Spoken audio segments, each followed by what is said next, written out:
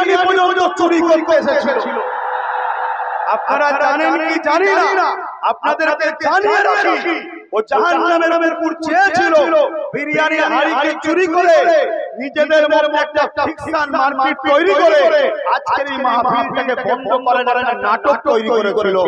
ও জাহান্নামের কুকুরকে জানিয়ে দিন, তো জাহান্নামের কুকুরকে জানিয়ে দিন, তোদের যতই চেষ্টা করিস না কেন নবীর মিলাদকে বন্ধ, নবীর দিনকে মিটাবার চেষ্টা যতই করিস না কেন, তোদের বাপ দাদা পূর্বপুরুষ বুশ পারেনে, চিঙ্গিস খান পারেনে, নমরুদ পারেনে, এজিদ পারেনে, সাদ্দাত পারেনে, আবু জেহেল পারেনে, তোদের এই চুনমুটি নেতা নেত্রীরা পারবে না বলে দিয়ে গেলাম।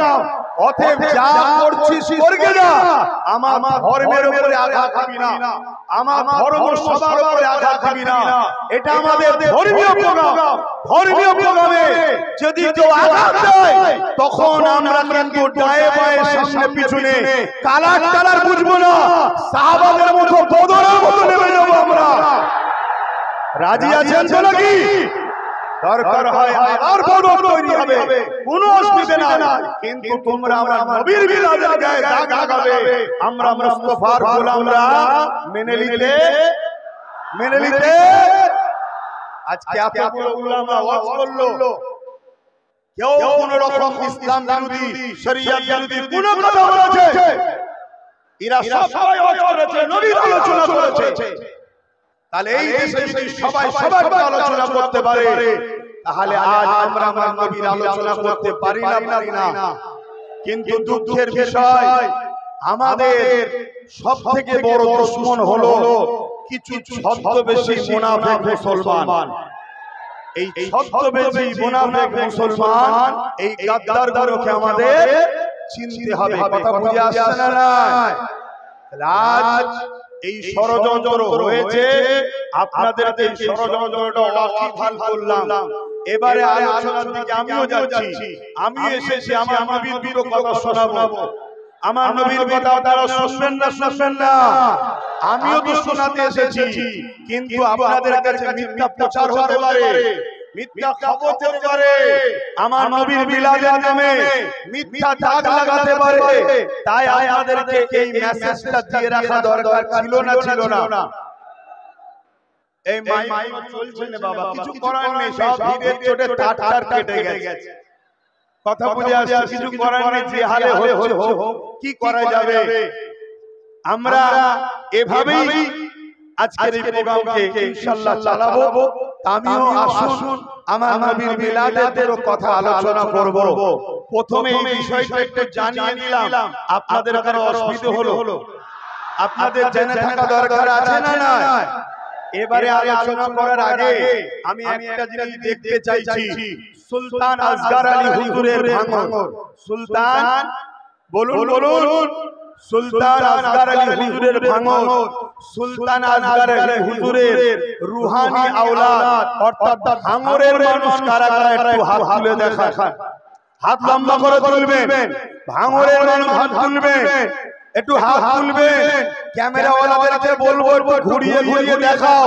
এটা ভাড়া করে আনা নয়, এটা বিরিয়ানি দিয়ে আনা নয়, এটা টাকা দিয়ে আনা নয়, এটা এখানে কোন রকম চাপ দিয়ে আনা নয়। এটা ভাঙরের মানুষ তার নবীর জশ্নে ঈদে মিলাদুন নবীতে এসেছে, সেই দূরেও জায়গা পাইনি, ওখানেও হাত তুলেছে। ভাঙরের লোক হাত তুলবে, ভাঙরের লোক হাত তুলবে, দূরে সেখানেও দেখো সব ভাঙরের মানুষ। আজ এই নবীর ঈদে মিলাদুন নবী করছে, আমরা ভাঙরবাসী, আমিও ভাঙরবাসী। এই অসুবিধা আছে?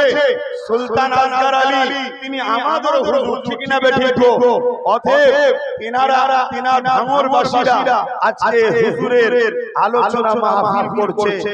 আসুন আমি একটু হুজুরের আগমন নিয়ে কিছু কথা আপনাদেরকে শোনাই। আজ থেকে ১৫০০ বছর আগে পুরো পৃথিবী আমার নবী পাক সাল্লাল্লাহু আলাইহি ওয়াসাল্লাম আসার আগে আইয়ামে জাহিলিয়াতের মধ্যে জড়িয়ে গিয়েছিল। পৃথিবীর বুকে অন্যায়, অত্যাচার, জুলুম, রাহাজানি, খুনোখুনি, মারপিট, দাঙ্গা এখনো মিছিল আসছে হুজুরের জশ্নে ঈদে মিলাদুন নবীর জুলুস আসছে। এটাকে কি বলে? জুলুস। এটাকে কি বলে? জোরে বলুন।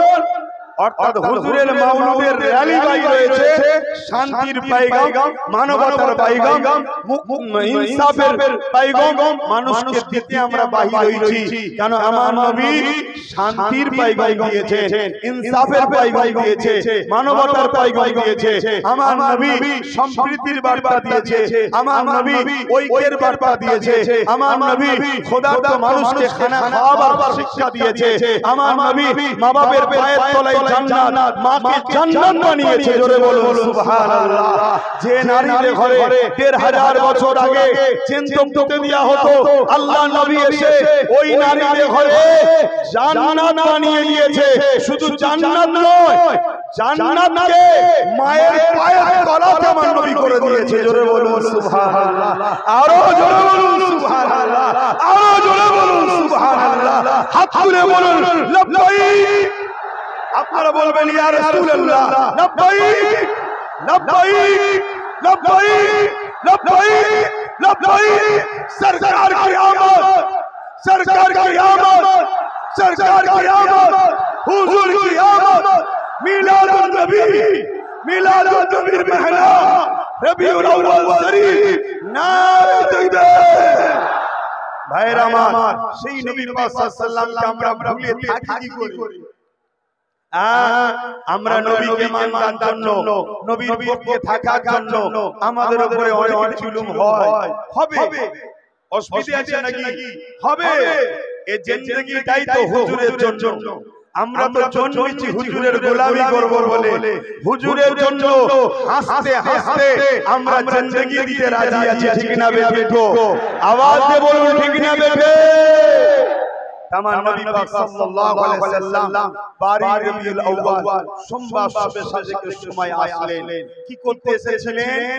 পৃথিবীর বুকে যে অন্যায়, যে অত্যাচার, যে জুলুম, যে রাহাজানি, যে খুনোখুনি, যে দাঙ্গা, যে ফাসাদ, যে অত্যাচার হচ্ছিল, সেই অত্যাচারের হাত থেকে মানুষকে রক্ষা করার জন্য আমার নবী এসেছিলেন। জোরে বলুন সুবহানাল্লাহ।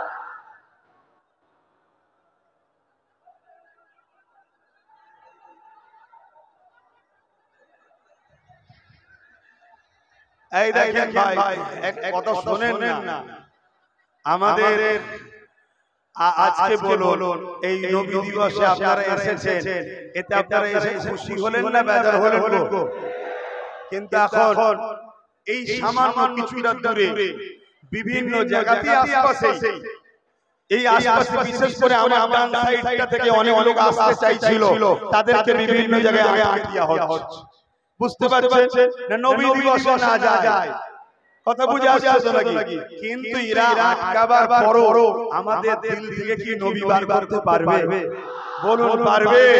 আবু জেহেল চেয়েছিল আমার নবী সাহাবাদের দিল থেকে নবী বার করব, পেরেছিল? যুগে যুগে এই রকম আবু জেহেল থাকবে যারা চেষ্টা করবে যে কোনো ভাবে আমাদের দিল থেকে দয়াল নবীকে বার করে দিবার।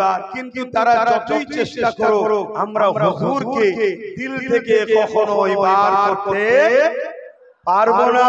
কেন? হুজুরের জন্যই তো আমরা মা বাবার প্রেম শিখেছি, হুজুরের জন্যই তো মানবতা শিখেছি, হুজুরের জন্যই তো ইনসাফ শিখেছি, হুজুরের জন্যই তো ইনসানিয়াত শিখেছি, হুজুরের জন্যই তো ভ্রাতৃত্ব শিখেছি, হুজুরের জন্যই তো মানবতা শিখেছি, হুজুরের জন্যই তো গরীব দরদি হয়েছি, হুজুরের জন্যই তো ইনসাফ করতে শিখেছি, হুজুরের জন্যই তো মাতৃভূমিকে ভালোবাসতে শিখেছি। মাতৃভূমির সর্বধর্মের মানুষ, হিন্দু হোক, আদিবাসী হোক, সাঁওতাল হোক, বাগদি হোক, খ্রিস্টান হোক, মতুয়া হোক, যেই হোক, মানুষ যে তাকে ভালোবাসি আমরা।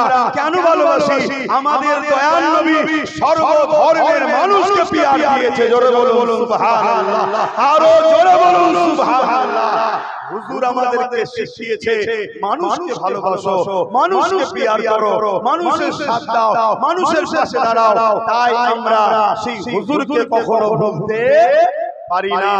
আপনারা নিশ্চয়ই জানেন এই পৃথিবীর জমিনের ইতিহাস হলো মানুষগুলোকে জ্যান্ত পুঁতে দেওয়া হতো, এমনকি কন্যা সন্তান হলে তার বাবারাই তাকে জ্যান্ত পুঁতে দিত।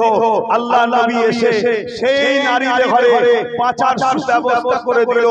আমার মায়ের জাতেরা সোশ্যাল মিডিয়া এবং দূরে শুনছে, আপনাদের ঘরে বাবেরাই জ্যান্ত পুঁতে দিত। আল্লাহ নবী এসে বলল, না এ দুনিয়ার পুরুষেরা নারীদেরকে জ্যান্ত পুঁতে দিও না। তারা বলতে লাগলো নারী হলো অশুভ, তাই তাদেরকে বেঁচে থাকার অধিকার নেই। আল্লাহ নবী বললেন, না আমি মুহাম্মদ স্রষ্টার পক্ষ থেকে এসেছি, তোমাদেরকে মেসেজ দিচ্ছি, যার ঘরে প্রথম নারী সন্তান হয় এর মানে ওই বাবাকে আল্লাহ জান্নাতের সংবাদ দিল। জোরে বলুন সুবহানাল্লাহ। আল্লাহ নবী আরো বললেন, হে দুনিয়ার পুরুষেরা, একটা দুটো তিনটে পর পর যদি তিনটে নারী কোন বাবার হয় এর মানে আল্লাহ নবী বললেন ওই তিন নারীর আব্বা, ওই তিন নারীর বাবা। আর আমি মুহাম্মদ তুই আগুন তুলে দেখিয়েছে এরকম পাশাপাশি আল্লাহর জান্নাতে থাকবো। জোরে বলুন সুবহানাল্লাহ। তাই মায়ের জাতকে কখনো অবজ্ঞা করবেন না, মায়ের জাতকে কখনো অপমান করবেন না, মায়ের জাতকে পিয়ার করুন, মায়ের জাতকে ভালোবাসুন, নারীদেরকে সম্মান দিন, নারীদেরকে মর্যাদা দিন। আজ নতুন করে আবার পৃথিবী জুড়ে আইয়ামে জাহিলিয়া শুরু হয়েছে, আবার নারীদের উপর অত্যাচার, আবার নারীদের ঘরে ঘরে করা হচ্ছে, আবার নারীদেরকে হত্যা করা হচ্ছে। এ মুস্তাফার গোলামরা, এ নবীর গোলামরা, অঙ্গীকার নাও নবীর মিলাদ থেকে আমরা জীবন দিয়ে হলো নারীদের ইজ্জত বাঁচাবো, নারীদের উপর জুলুম বন্ধ করব, নারীদের উপর অত্যাচার বন্ধ করব। অঙ্গীকার করো, হাত তুলে সাক্ষী দাও যে আমরা নারীদের পাশে, মায়ের জাতের পাশে আমরা ঢাল হয়ে দাঁড়াবো, মায়েদের ঘরে বাঁচাবো, রেপ বন্ধ করব, জুলুম বন্ধ করব। এটার নামই হলো ইসলাম। জোরে বলুন সুবহানাল্লাহ।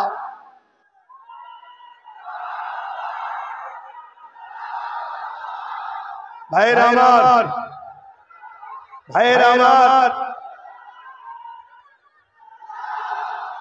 মন দিয়ে শোনে,